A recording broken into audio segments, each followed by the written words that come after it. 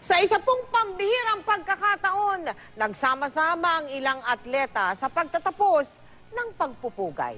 Ito ay isang pagdiriwang para kilalanin ng mga atleta na nagbuhos ng kanilang husay at sakripisyo para sa bayan sa nakaraang 100 taon. Nakatutok si Mark Zambrano.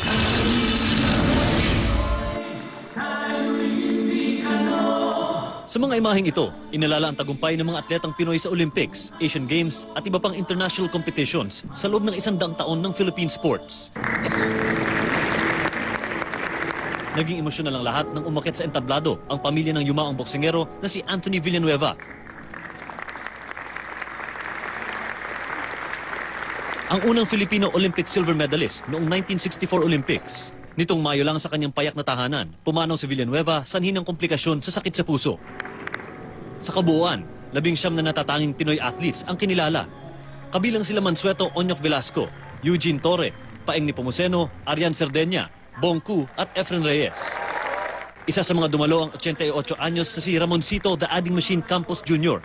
na bahagi ng National Basketball Team ng Pilipinas noong 1948 London Olympics. Sinamahan siya sa entablado ng PBA legends na sina Ramon Fernandez, Samboy Lim, Alvin Patrimonio at Yoyong Martires. Mahalaga raw na makita ng kabataan kung paano nagsikap at nagsakripisyo ang mga atleta para sa bansa.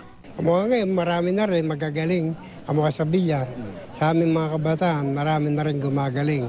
At least, pagka kami naman, nawala, marami naman ang kapalit. Ang iniisip namin, sana naman yung nangyari sa amin noon, mapag-aralan o ma-share dun sa mga bagong crop na mga atleta, subukan nilang higitan pa.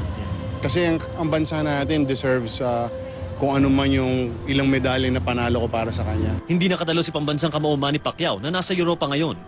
Bukod sa pagbabalik tanaw, sana raw magsilbi ring paalala ang kabayanihan ng mga atleta sa tunay na kahulugan ng pagiging isang Pilipino. Sana yun po yung maging mensahe na tayo ay bayan na magigiting, mararangal na tao, maayos na tao. Ang binigyang papugay natin dito ay kung ano ang tunay na nilalaman ng puso, isipan at anong dugo na nananalaytay sa bawat Pilipino. Mark Zambrano, Nakatutok, 24 Oras.